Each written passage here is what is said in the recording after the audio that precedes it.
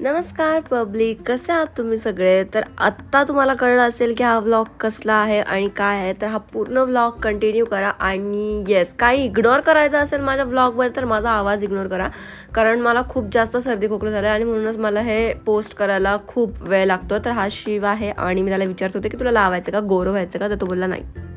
तर गणपतीच्या व्लॉगमध्ये सगळ्यांना असं वाटत असेल, थांब मम्मी पडू नकोस, मला काढू नकोस, की आम्ही हे गणेश चतुर्थीच्या आदल्या दिवशी केलं. पण नाही, आम्ही हे गणपती बसल्याच्या नंतर आम्ही, कारण आम्ही खूप सगळे रिलीफ झालं म्हणून आम्ही हे केलंय. आणि जे मला विचारतात की तुला तुझ्या घरचे सपोर्ट करतात,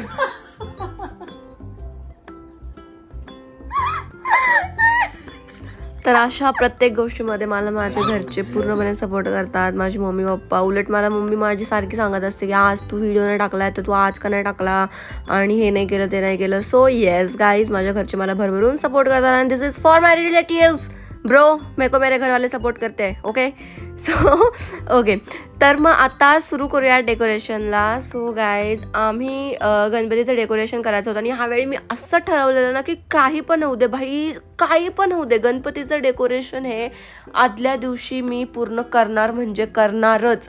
आणि मी पूर्ण एकदम असं सूत्र हातात घेतलं होतं, कारण नेहमी दरवर्षी 28 वर्ष झाले आमच्या घरात गणपती बसतो, पण 28 वर्षापैकी आता मी किती वर्ष, म्हणजे 23. ओके, तर जसं मला कळायला लागलंय तसं 10 वगैरे वर्षापासनं आम्ही गणपतीचं डेकोरेशन हे ज्या दिवशी गणपती येतो त्याच्या दिवशी गणपती मुहूर्तावर बसवून झाल्याच्या नंतर उरलेलं डेकोरेशन पूर्ण करतो. सो मी यावेळी ठरवलेलं की नाही, काही पण होऊ दे भाई साहेब, ह्यावेळेस डेकोरेशन पूर्ण करायचं म्हणजे करायचं. मला खरं तर 4 दिवस आधीपासून लागायचं होतं, पण घरात माझ्या बहिणीने अजिबात मला साथ दिलेली नाहीये. तिला फक्त झोपण्यात इंटरेस्ट होता. बरं, तिने ऑफिसला सुट्टी सुद्धा घेतली होती, तरी पण ती माझ्यासोबत आली नाही, कारण की पाऊसच येतोय, हेच करतो तेच करतो. दीदीने मला ह्यावेळेस खूप मोठा धोका दिला, पण ठीक आहे.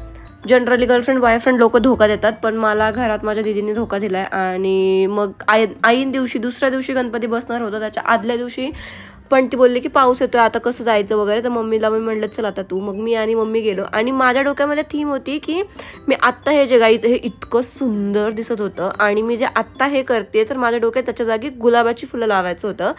पण इतकं महंगाई भाई साहेब, इतकं करून ठेवलेलं ह्यांनी. हे काय बोलले की 12 फुलं देणार 150 रुपयाला आणि मला कमीत कमी 1000 फुलं लागणार होती हे सगळ्या डेकोरेशनसाठी.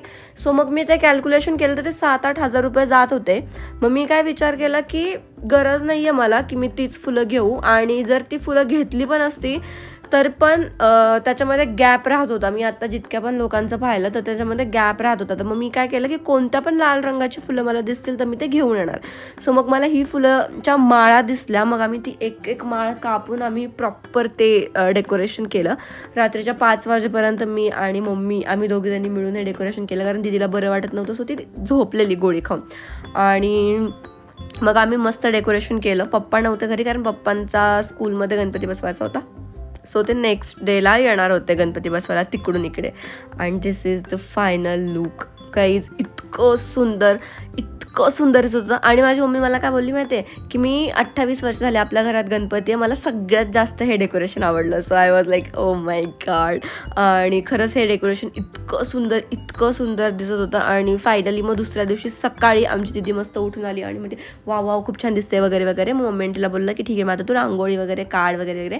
आणि मग आम्ही ते सगळं केलं. आणि विशेष म्हणजे आमचे पप्पा आज लवकर आले होते, त्यांच्या शाळेतला गणपती बसवून वगैरे सगळं. आणि आमच्या मम्मीचे तर सकाळपासून चालू झालेलं की हे करायचंय ते करायचंय.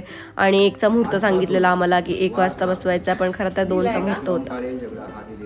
मग व्लॉगमध्ये झाली माझी एंट्री. आय नो तुम्हाला सगळ्यांना मला बघायचं होतं, पण गाईज मला बरं वाटत नव्हतं, मी जसं तुम्हाला सांगितलं. सो मी जास्त फोटोज पण नाही टाकू शकले आणि मी फक्त आवरून मम्मीला हेल्प करत होते सगळ्या गोष्टींमध्ये. सो मी माझं स्वतःचं फोटोज काढायला पण मला टाईम नाही मिळाला. सो मी असं ठरवलं की मी परत एकदा रेडी होऊन फोटो काढणार आहे आणि मग मी टाकणार आहे. सो तोपर्यंत तुम्ही मला इंस्टाला फॉलो करून ठेवा, ठीक आहे. And you guys know my Insta right, Shravani_Kale1. आणि ह्या चॅनलला सुद्धा सबस्क्राईब करून ठेवा, ठीक आहे. देन मग सगळं झालं, पूजा वगैरे झाली. अँड तुम्हाला माझा गणपती बाप्पा बघायचा आहे. सो दिस इज माय गणपती बाप्पा. इतका क्यूट आणि डेकोरेशनला इतकं इतकं म्हणजे इतकं छान दिसत होतं. मी तुम्हाला दाखवेलच ते व्लॉगच्या शेवटी की किती छान झालं होतं सगळं. आणि वाव यार, हे डेकोरेशन म्हणजे मी माझ्या लाईफ टाईममधले पहिल्यांदा मला असं झालेलं की मी हे करू शकले आहे टाईमवर, आणि ते इतकं सुंदर दिसत होतं सगळं.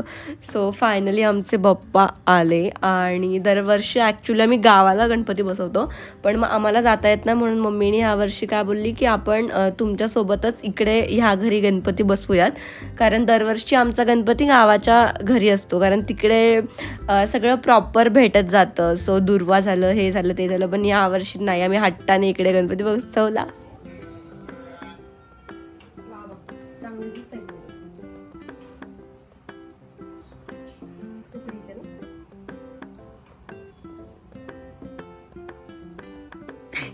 हे सगळे मोदक खायला थांबलेत का?